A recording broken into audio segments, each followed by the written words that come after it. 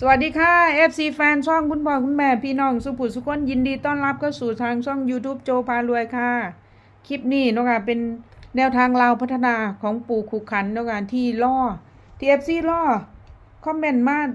หลายคนเนาะค่ะที่บอกว่าโอ้ยขอเล่าปู่ขุขันเนี่ยเด้อแตกทั้งไทยทั้งลาวเนาะค่ะ FC รัฐบาลไทยกับเข่าทั้งบนทั้งล่างเนาะเล่าพัฒนากับเข่างวดซ้อนแล้ว เอาสิหาว่าแอดขี่โม่ขี่คุยเนาะ เอาไปเบิ่งก่อนเนาะค่ะตั้งแต่วันที่4เมษายนเนาะค่ะเดือนเมษายนนี่คือแห้งเนาะเดือนปูนี่ไหม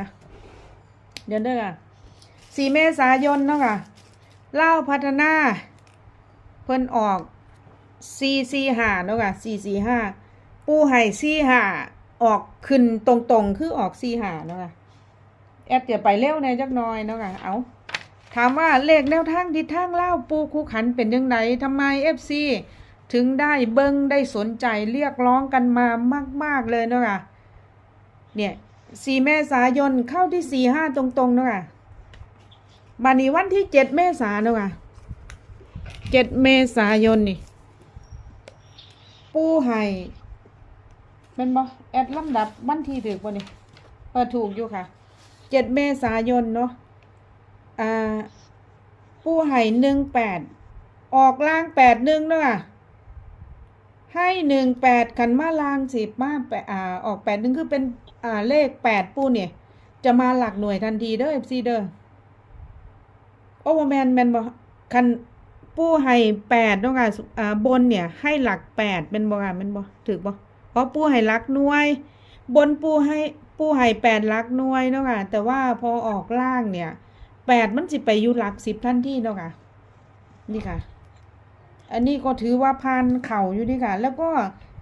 เลขวิ่งรูดล่าง5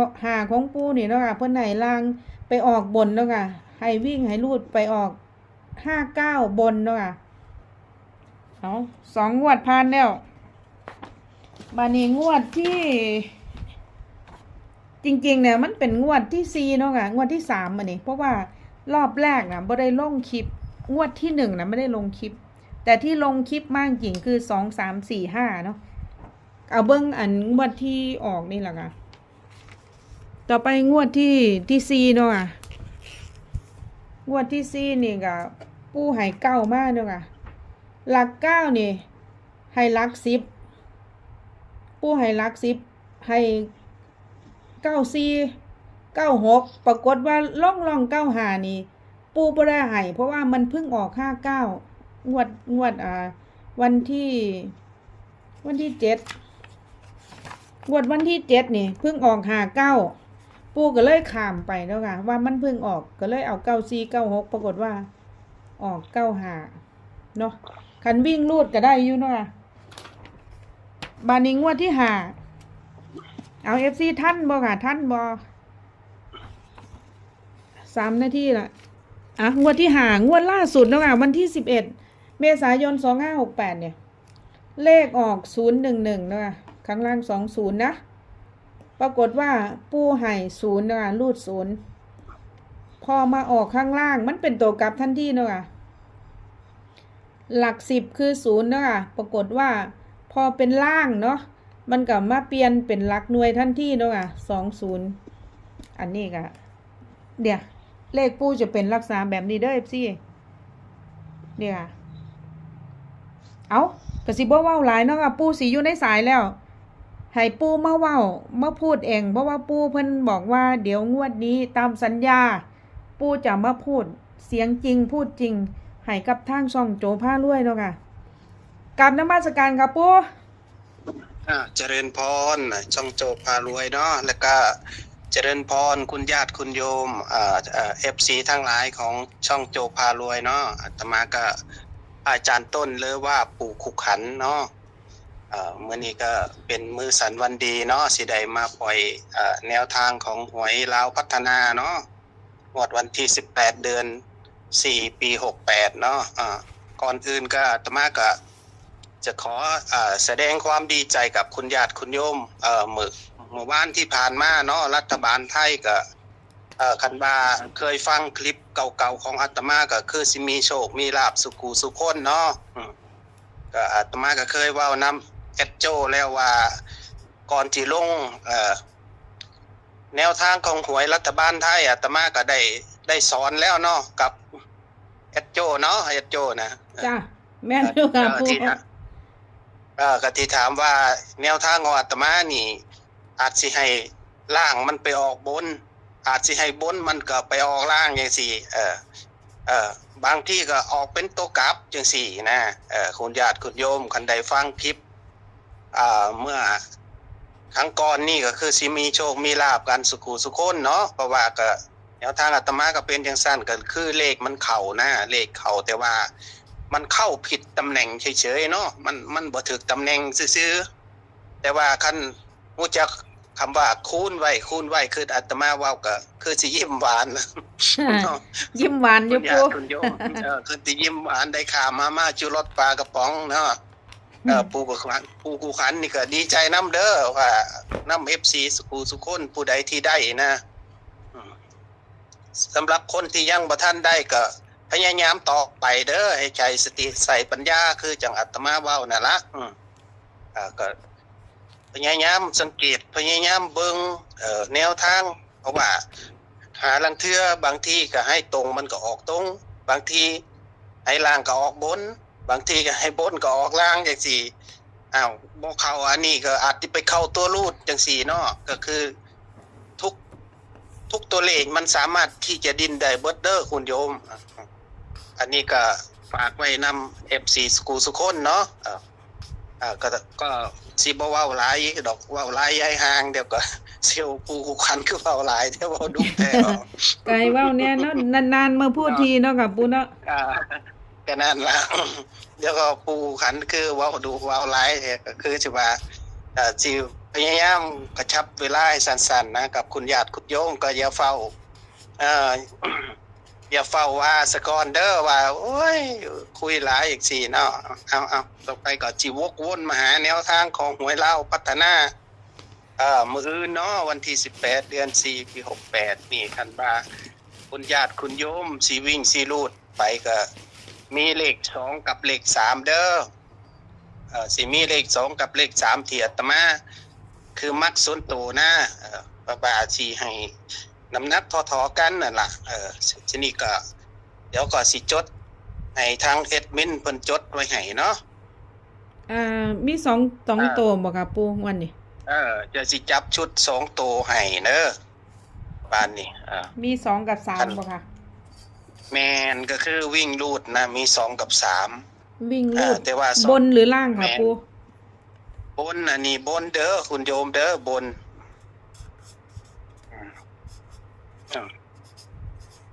วิ่งรูดบนเนาะค่ะแม่นคุณโยมมี2เนาะค่ะกับ3เนาะค่ะปูมี2กับ3นะแต่ว่าผู้ใดมัก2ก็เอา2ไปเล่นผู้ใดมัก3ก็เอา3ไปเล่นแต่2ตัวนี่คิดว่ามันสิมีแน่นอนล่ะตัวนึงที่มันสิอยู่มื้ออื่นนะสิเน้นอยู่บ่ค่ะปูเน้นให้เพิ่นบ่หรือจังได๋ก็คืออันนี้ก็สิจับคู่ให้ซะก่อนจ้ะจับคู่ให้ซะก่อนเนาะจับคู่ให้ก็สิก็สิให้แอดมินเพิ่นจดไว้ให้เด้อก็จะมี26มี26ค่ะ36ค่ะ38ค่ะแล้วก็28ค่ะ29ค่ะ39ค่ะ05ค่ะแล้วก็07ค่ะก็ซ้ำนี่ล่ะก็คือแบบว่าเลขทั้งหมดนี่ให้ไปบนไปล่างเด้อโยมเด้อกลับตัวไว้นำฟังดีๆเด้อฟังดีๆพยายามฟังให้ดีๆว่าไปบนไปล่างแล้วก็กลับตัวไว้นำก็คูณไว้แน่เด้อสูตรคูณก็อย่าลืมได้นั่นล่ะก็คือแบบว่าก็เป็นแบบนั้นล่ะที่อาตมาเว้าทีนี้ก็ข้างล่างเนาะสิวิ่งสิรูดไปก็เลข5ตัวเดียวเด้อคุณโยมวิ่งรูดล่างแม่นจ้ะหาตัวเดียวก็แค่นั้นล่ะก็คือชุด ชุดเลขหานี่ก็จับให้ไปร่วมกันเบิดแล้วเนาะก็สังเกตเอาว่ามันมีแค่ชุดเดียวที่ว่าที่จับให้ไปแล้วก็คือแบบว่าในเถอาตมาจับไปให้ก็อยู่ในนั่นล่ะให้สังเกตเอาเองเนาะ ก็ อ่า บนล่างตัวใดที่มีห้า แม่น แล้วก็05ที่ปูให้มาเนาะเห็นบ่ แม่น จ้ะ ก็สิมีชุดเดียวนั่นล่ะแต่ว่าอาตมาก็บ่ฮู้ว่ามันสิออกตัวกลับหรือว่ามันสิออกตัวตรงหรือมันสิไปบนไปล่างอาตมาเลยบ่แยกให้นะ จ้ะ เอาไปรวมกันโลดโยมก็คือแบบว่าแนวทางซุมื้อนี่มันก็ของอาตมาเองนี่มันก็ค่อนข้างบ่แน่นอนนะให้บนไปล่างให้ล่างไปบนจังซี่พึดตะพื้อนะก็คือแบบว่าต้องคูณเอาไว้จักหน่อยหนึง คือเมื่อวานนี่เนาะ เนาะ มื้อวานนี่10 ตัว วงตัวเดียวโอ้ยสุดยอดนะปูเนาะ แม่นก็คืออาตมาก็ถือว่าแนวทางพอใช้ได้เด้อคุณโยมเมื่อวานเนี่ยอาตมาก็วงให้ไปที่58เนาะเลข10ชุดก็วงที่58อยู่ตัวเดียวแต่ว่าก็เป็นสายด่วนสุดท้ายแล้วล่ะก็คือแบบว่าสายด่วนที่แบบว่าโอ้สุดท้ายดีเลยตั้งเที่ยงกลัวแล้วอาตมาก็เลยฝากไปให้ทางเอดโจเนาะ จ้ะได้ส่งเขาในไลน์กลุ่มให้เพิ่นได้เบิ่งอยู่ค่ะ แต่ว่า ก็นั่นล่ะ จ้ะบนกันล่าง ถ้าล่างก็จะเป็นตัวกลับเนาะปูเนาะ แต่ว่าวันที่2เดือนหน้านี่คือสิได้มีรอยยิ้มอีกแล้วรัฐบาลไทยอาตมาเบิ่งมาแล้วเนาะแต่ว่าก่อนสิเล่นรัฐบาลไทยนี่ก็เอาแค่ลาวพัฒนาไปซะก่อนเนาะ จ้ะ คืออันนั้นมันเป็นเรื่องของอนาคตเนาะ จ้ะ ไกลเหลือเกินเอาแค่ว่าเราพัฒนาไปสะก่อนก็คือว่ายังมื้อใดที่อาตมาบ่ได้เว้าเนาะก็คือบ่ได้มาทักทายกับ FC ก็สิฝากเอดโจไว้ให้เว้าแทนเนาะ จ้ะ ก็คือว่าทุกสิ่งทุกอย่างคันตั้งใจฟังอาตมาดีๆนี่คุณโยมจะมีโชคมีลาภตลอดเด้อก็คือจังติเอดโจเว้านั่นล่ะมันจักงวดเลย 3-4 งวดแล้วนี่ก็ถือว่าใช้ได้นะคันผู้ที่มีสติปัญญาแน่จักหน่อยก็ได้ค่าชูรสค่ามาค่ากระป๋องเนาะ เนาะ ทุกงวดล่ะ แม่นค่ะปู่ บ่เคยพลาดเนาะ ของปู่กูคันนี่บ่เคยพลาดก็คือว่ามันเขาสิหมุนมาถึกจังไดแม่นบ่ล่ะ จ้ะ กันคือเมื่อวานเขาหมุนมาถึกข้างล่างหมุนมาถึกข้างล่างปุ๊บถึกเลขข้างล่างแต่มันไปออกข้างบนน่ะมันก็สลับตัวสินะ จ้ะ เขาหมุนมาข้างบนปุ๊บก็มันมาถึกเลขข้างล่างนะเพราะว่ามันสลับไปสลับมาอยู่นี่น่ะ เนาะปูเนาะ ให้พยายามให้พยายามเบิ่งเด้อเพราะว่าก็อันนี้ก็เป็นสิทธิ์ของFC สคูสุคนเนาะก็คือแบบว่าทำบ่ถึกมาเนี่ยอาตมาก็จักสิซอยจังไดเลขมันเข้าแต่โยมเอาบ่ได้ก็ถือว่าเป็นดวงไผดวงมันเนาะโชคไผโชคมันก็แล้วกันเพราะว่าก็มันก็ขึ้นอยู่ที่ดวงพร้อมนะคันบุญเฮายังบ่ถึงมันก็ซื้อจังไดมันก็บ่ได้ดอกเนาะโยม แม่น ปูปูอันนี้จังไดค่ะปูอันหลัก2กับหลัก3นี่อ่าเน้นอยู่บ่ค่ะปูให้เพิ่นอยู่บ่ FC หรือจังได ก็คือหลัก2กับหลัก3นี่ก็คือให้เพิ่นไปจับซะเฮาก็คือแบบว่าเลขมันอยู่ในนี่ล่ะอาตมาคิดว่าเลขมันน่าจะเข้าแล้ว จ้ะ เนาะเลขมันน่าจะเข้าแล้วก็คือให้กับคุณญาติคุณโยมเอาเสมอกันไปก็คือว่าบ่ต้องไปเน้นตัวนั้นตัวนี้เดี๋ยวถ้าว่าเน้นตัวนั้นตัวนี้คันจับบ่ถูกอีกเฮ็ดจังได๋บาดนี้โยม โยมคือสิได้เงินอยู่บ่ว่าจับบ่ถูกนี่ เนาะแต่ว่าอย่าลืม คันจับบ่ มีบนมีล่างเนาะค่ะปูเนาะ ก็นั่นน่ะ บนกัน ก็คือ ล่าง ให้ ล่างกันบนแม่นบ่ค่ะปู แม่นก็คือตัวเลขที่ให้มื้อนี้นี่ก็คือไปบนไปล่างโยมก็จบแล้วนะ จ้ะ ก็คือตัวเลขมันมีอยู่ทั้งหมด8ชุดเนี่ย จ้ะ เลข8ชุดนี่เฮาก็ไปบนไปล่างก็แล้วกันจ้ะคันวิ่งรูดกับ ให้ไป 2กับบ นไปล่าง 3บน หรือ แม่น อาจจะเป็นล่างก็ได้จังซี่น่ะเนาะ แต่ว่าสายวิ่งสายรูดก็อย่าลืมเด้อ2กับ3นี่ก็ค่อนข้างมั่นใจนะว่าเลขมันจะต้องอย่างน้อยมันก็อยู่1โตวเนาะคุณโยมเนาะ จ้ะ มันบ่หลุดดอกคิดว่ามื้ออื่นนี่ก็คือสิบ่หลุดดอกอย่างน้อยมันอยู่1ตัวก็คือว่าถ้าโชคดีนี่มันก็จะถูก กับตัวรูดพร้อมและถูกจับคู่อีก จ้ะ เนาะเผลอ เพราะว่า ล่าง มัน เผลอล่างก็สิขึ้นบนก็บ่แน่นี่มื้ออื่นก็ได้เนาะ อ่าก็นั่นล่ะมันก็บ่แน่คือกัน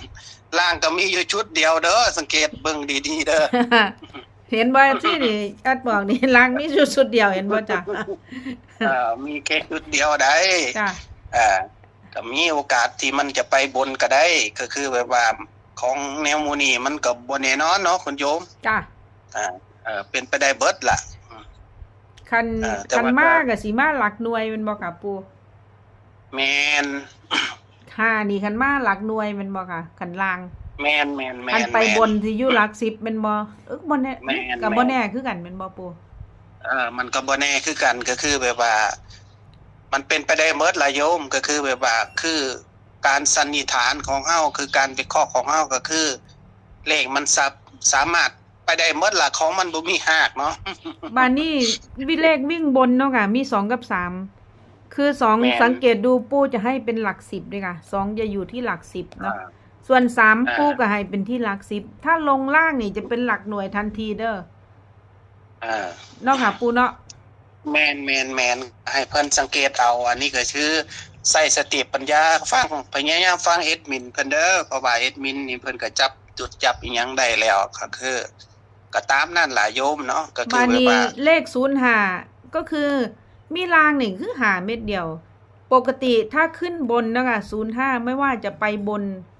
เนี่ยจะออก05ตรงๆ เท่าที่ผ่านมาเนาะแต่ว่าเฮาก็กลับไว้นำสินะเอาบนเอาล่างกันไว้เพ้อๆเข้าบนล่างในงวดนี้ปูเลขปูนี่ มันก็มีสิทธิ์อยู่นะคุณโยมก็คือแบบว่า คือที่ผ่านมาก็ลาวพัฒนามันก็เข้าเนาะ จ้ะ ทางหวยรัฐบาลไทยเมื่อวานนี่มันก็เข้าเนาะ จ้ะ วันศุกร์นี่มันสิบ่ได้ค่าชูรสค่ามาม่าอยู่บ่ปลากระป๋องอยู่บ่เนาะโยม เนาะขนาดวันศุกร์ก็ยังได้อยู่เนาะค่ะปูเนาะแม่นบ่ แม่นคืออาทิตย์ที่แล้วนะทั้งอาทิตย์เลยคุณญาติคุณโยมบ่พอที่ได้ค่าชูรสมาม่าปลากระป๋องปลาทูเนาะ เอาให้เบิ่งใส่กันเนาะค่ะงวดที่แล้ว มื้อนี้มื้ออื่นนี่ก็สิได้อยู่แต่ว่าผู้ใดสิโชคดีส่ำนั้นล่ะนี่เด้อค่ะที่ อ่า อันนี้ของงวดวันเสาร์เนาะค่ะงวดมันบ่แม่นงวดวันศุกร์ที่11เมษายนเบิ่งใส่กันเนาะค่ะว่าทิศทางที่ผ่านมาเป็นจังไดเนาะนี่คันปูช่องว่างคันช่องว่าง2526 ก็จะเอาไป26 27อีหยังสิช่องว่างเนี่ยเอานำแน่เด้อคันแม่นช่องว่างก็ได้เนาะปูเนาะ แม่นก็คือให้สังเกตเบิ่งว่าตัวใดมันหายไปนะก็ไปเติมช่องว่างก็ได้คือจังอาตมาเว้านั่นล่ะเพราะว่าตัวเลขนี่มันสามารถมาได้ทุกโตนะคุณโยม แต่ว่าก็คือจังอาตมาเว้านะคันว่าก็สายรูดก็ตัดสินใจรูดเอาเลย ก็คือแบบว่ามันชั่วกลัวนะ จ้ะ คันผู้ที่มีเงินคันผู้บ่มีเงินก็ไปตามนั่นล่ะ จับคู่กันไปนะก็ซ้ำกับวัดดวงนะเนาะคุณโยม จ้ะเอาตามที่ปูเขียนให้เนาะ แม่น จ้ะเอา ก็คือ ใครอยากได้เน้นๆเนาะค่ะเจาะลึกเจาะเน้นวันเลขออกใกล้ๆเลขออกก็แอดไลน์กลุ่มเขาของปูก็ได้เนาะค่ะเดี๋ยวปูจะเจาะให้แม่นบ่ปูในไลน์กลุ่มเนาะ ก็คือหลายกลุ่มของไอ้เอดโจนั่นล่ะเพราะว่าส่วนมากอาตมาก็คือย่านบ่มีเวลาสิมาอันนี้นะก็คืออาตมาจะส่งเป็นประมาณสักชั่วโมงนึงก่อนเลขจะออกนะจะวิเคราะห์ให้แบบคือเจาะลึกเลยนะแบบว่าก็คือที่ผ่านมานี่ล่ะผมอยากให้กับคุณญาติคุณโยมเนาะก็คือแบบว่าก็คือ ถ้างั้นก็แอดไลน์กลุ่มมาเนาะปูเนาะ แม่ ให้แอดไลน์กลุ่มมาเด้อค่ะ FC คันอยากได้เจาะลึกเนาะค่ะแล้วก็คันได้แล้วก็ร่วมด้วยช่วยกันเนาะค่ะผู้ละหาละ10ค่ากาแฟปูน้ำแนปูอยากไปอินเดีย ปูบ่ทันได้ไปจักเที่ย อยากไปแสวงบุญเนาะค่ะสักครั้งหนึ่งในชีวิตนะปูเนาะ แม่น จังได้มาปล่อยเลขให้ FC เนาะก็สิว่าไปแล้วก็ได้โอ้ยเนาะสักครั้งหนึ่งในชีวิต เป็นบุญอันสูงสุดเนาะค่ะปูเนาะ แม่คือทางคุณโยมนี่ผู้ที่บริจาคมาหม้องนี้ก็ โยมก็สิได้บุญพร้อมนะก็คือแบบว่าอาตมาไปอาตมาก็ต้องไปสวดมนต์ไปทำกิจของสงฆ์นะไปสวดมนต์ไปทำบุญนี่หยังไปในต่างแดนนะเข้าใจบ่ก็คือปันไปแสวงแสวงบุญนะเขาเอิ้นว่าแสวงบุญเนี่ยคือไปสวดมนต์ไหว้พระก็คือไปกราบพระพุทธเจ้าสถานที่ประสูติตรัสรู้ปรินิพพานนะ จ้ะ มันสิได้อานิสงส์ได้บุญใหญ่เด้อคุณโยมก็คือว่ามีโชคแล้วก็คุณญาติคุณโยมก็ซอยเหลืออาตมานะก็คือซ้ำกับคุณโยมนี่ได้บุญไป2ต่อได้บุญที่1โยมก็ได้โชคไปแล้วบุญที่2โยมก็มีความสุขกายสบายใจนี่คันครูบาอาจารย์ให้อวยพรให้ก็พรนั้นมันสิศักดิ์สิทธิ์นะ แม่นค่ะ คืออาตมาเคยเว้าให้บอกว่ามันวันขึ้นปีใหม่แล้วขอให้คุณญาติคุณโยมมีโชคมีลาภมีเงินมีทองสุขภาพแข็งแรงได้เงินหมื่นเงินแสนเงินล้านเนาะ จ้ะ แต่มันเพราะนั้นน่ะมันสิย้อนกลับมาหาสู่เฮาก็คือเฮาก็ได้มาแล้วเฮาก็สละผู้ละเล็กผู้ละน้อยเนาะก็แล้วแต่ศรัทธาของญาติโยมนะอาตมาก็บ่ได้ว่าหยังดอกก็คือแบบว่าก็แล้วแต่โยมก็คืออาตมาเคยเว้าแล้ว ก็ร่วมด้วยช่วยกันเนาะค่ะผู้ละเล็กละน้อยเนาะให้เป็นน้ำใจปูน้ำแน่ค่ากาแฟปูก็สิได้เก็บเล็กผสมหน่อยเนาะค่ะค่าเครื่องบินไป ก็จะอยู่ประมาณสัก7มื้อจังซี่7มื้อแม่นบ่ปูกันไปเนาะแม่นประมาณสักอาทิตย์หนึ่งล่ะคุณโยมเพราะว่าไปแสวงบุญก็คืออย่างน้อยก็อาทิตย์หนึ่งนะคุณญาติคุณโยมก็สิได้บุญตรงนี้มานำนะก็คือว่าไปปฏิบัติธรรมอีหลีนะก็คือบ่แม่นไปเที่ยวสนุกเฮฮามันบ่แม่นได้คุณโยม จ้ะ ไปก็ต้องมีการสวดมนต์ไหว้พระนั่งสมาธิภาวนานั่นล่ะมันคือการไปประเทศอินเดียมันสิได้บุญสูงสุดนะบ่แม่นได้แต่พระเด้ได้ฮอดโยมแหละ จ้ะ พระก็ตั้งจิตอธิษฐานให้ว่า การที่ได้ไปแสวงบุญในครั้งนี้ก็มีคุณญาติคุณโยมบริจาคมาให้เนาะเป็นเงินผู้ละเล็กผู้ละน้อยจังซั่นนะ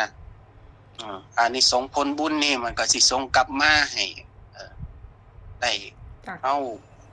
มีโชคมีลาภกันต่อไปสุขุสุขคนนะ จ้ะก็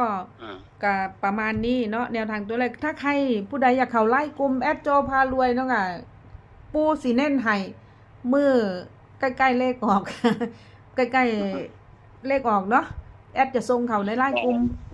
แอดไลน์มาเด้อค่ะแอดไลน์มาได้กลุ่มโจพารวยกันได้ค่ะเข้าไม่ได้ให้โทรมาเนาะปูเนาะให้เพิ่นโทรมาหาโจแล้วกันแม่โทรหาโจเด้อเพราะว่าอาตมานี่พระบางที่กิจของสงฆ์นะบางเทื่อก็ได้รับบางเทื่อก็บ่ได้รับแล้วแต่ช่วงจังหวะเด้อคุณโยมแต่ว่าถ้าติดต่อโจนี่มันสิได้รับเลยนะเพราะว่าโจก็ทำอยู่ตรงนี้แล้วนะมันสิสะดวกกว่าของพระนะเด้อคุณโยมเอากันสั้นกันจังสั้นตามนี้เนาะปูเนาะได้พูดได้บอกแล้วเด้อ FC ละเอียดเนาะปูเนาะกันจังสั้นก็สุดท้ายนี่ก็สิอวยพรให้กับคุณญาติคุณโยมเด้อบ้านนี้ก็ให้ตั้งจิตตั้งใจรับพรกันแล้วกันอภิวาทนาสีเลสนิจจังบุทธาปจายโนจัตตารโอธัมมาวันทันติอายุวันโนสุขังพลังสาธุเจริญพรเด้อขอให้โชคดีร่ำรวยกันสุขุสุขคนเด้อวันศุกร์นี่มีโชคมีลาภถึก2ตัวถึกตัวรูดเด้อคุณโยมเด้อเอาสาธุเจริญพรสาธุกับปู่ค่ะกราบขอบพระคุณกราบนมัสการค่ะเจริญพรค่ะก็ตามที่ปู่บอกเนาะค่ะแนวทางตัวเลขเนาะถ้าใครอยาก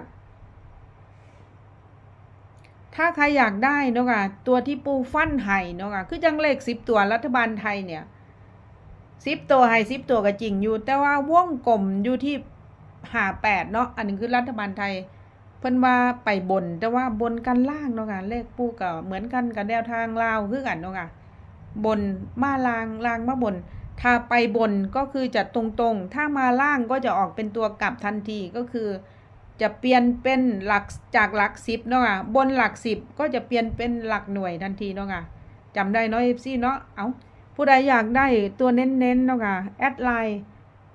กลุ่มมาเด้อค่ะแอดไลน์กลุ่มของโจพารวยมากก็ได้จะให้แนวทางทางกลุ่มก็คือวันพ่อใกล้ๆเลขออกปูจะเน้นให้เนาะค่ะว่าเป็นตัวไหนเหมือน02เนี่ยปูเน้นให้ที่แอดมี02เน้นให้02เนาะวันที่ผ่านมาก็เน้นได้ที่2002เม็ดเดียว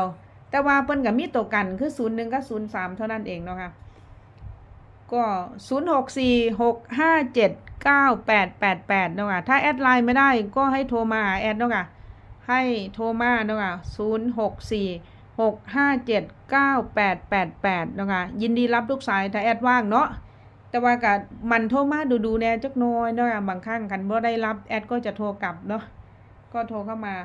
ก็โปรดใช้วิจารณญาณในการรับชมรับฟังทางช่องเสนอเพื่อเป็นแนวทางเป็นสื่อกลางในการเบิ่งตัวเลขเนาะค่ะแนวทางตัวเลขนี่เป็นสื่อกลางเนาะไม่ได้ส่งเสริมไม่ได้